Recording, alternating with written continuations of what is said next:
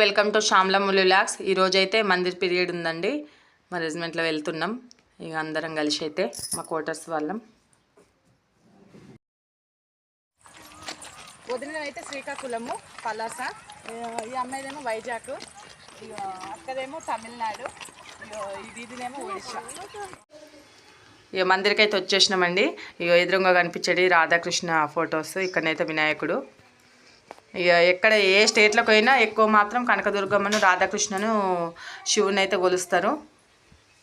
ఇక్కడ చూడండి అన్ని దేవుళ్ళ ఫొటోస్ ఉన్నాయి. ఇక్కడ అటు ఇటు వినాయకుడు, అక్కడ అయితే రాముల వారు, అక్కడైతే రాధాకృష్ణ. ఇక అందరం అయితే కూర్చున్నాము. బయట అన్నయ్య వాళ్ళు ఇంకా ఫ్యామిలీస్ అయితే చాలామంది కూర్చున్నారండి. ఇక పాటలు పాడుకుంటూ భజన చేస్తారు.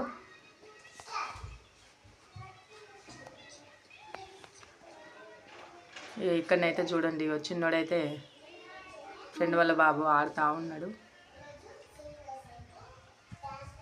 చిన్న పాప మా చిన్న పాప ఇట్లా వెనకాల అయితే చాలా ఫ్యామిలీస్ కూర్చున్నారండి. ఇంకా మేమైతే లోపల కూర్చున్నాం, మందిర్ లోపల. ఇక ప్రసాదం తీసుకొని బయటకైతే వచ్చేసినామండి. ఇక వీళ్ళంతా స్ట్రెంత్ బయట కూర్చున్నారు. మందిర్ పీరియడ్ అయిపోయింది. ఇక చీకటి అయిందండి. ఇక్కడ 5:30కే చీకటి అయిపోతుంది. ఇక మన సైడ్ అయితే ఇప్పుడు 7కి చీకటి అవుతుంది. ఇక పిల్లల్ని ఎత్తుకొని ఇక చూడండి ఒక్కొక్కరికైతే 2-3 పిల్లలు. ఇక అందరూ తల్లులు పిల్లల కన్నా చూడమంది. ఇక్కడనైతే పిల్లలు ఇక ఆడుకుంటారు. ఇక అక్కడ అన్నయ్య వాళ్ళు అయితే ఫ్యామిలీస్.